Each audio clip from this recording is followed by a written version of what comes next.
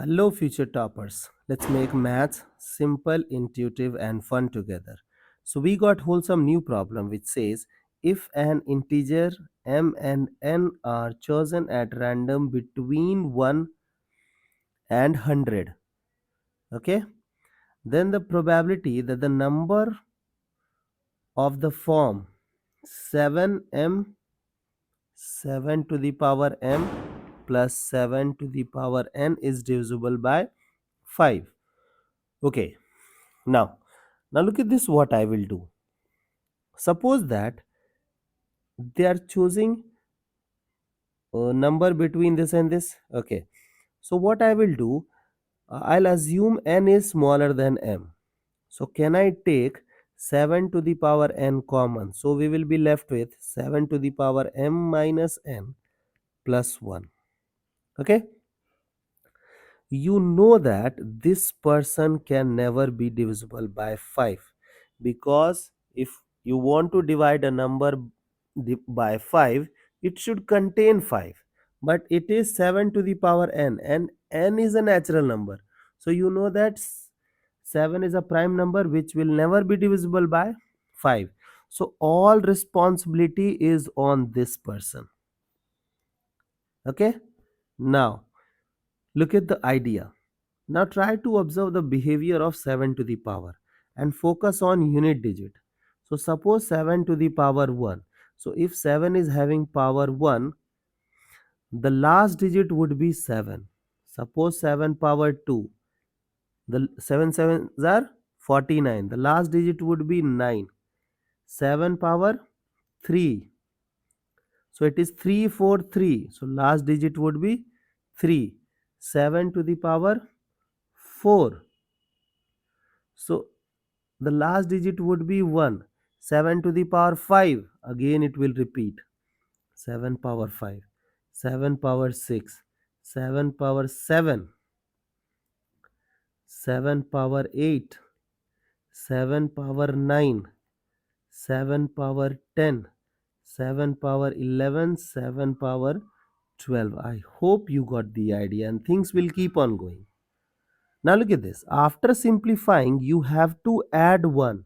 So you know that this is your favorable case, because 9 plus 1 will become, unit digit will become 0, and that is divisible by 5.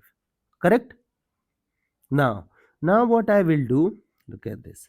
I will assume m minus n to be x. 7 to the power n, 7 power x plus 1. Now look at this. So who is x? X can be, look at this, x can be 2, x can be 6, x can be 10, 14, है ना? So if you will observe, the gap is of 4, 4, 4, 4, है ना?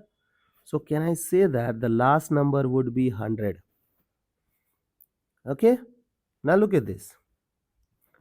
Now try to understand how many numbers we can have. Okay, so suppose that they are in AP, correct? So A means an equals to this, and then a plus n minus 1 d.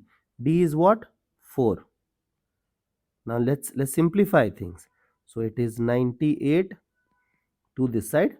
So it is 4n minus 4.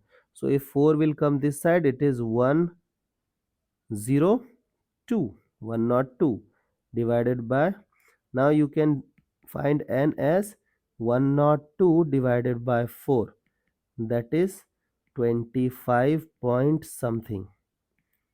So you can consider 25 combinations.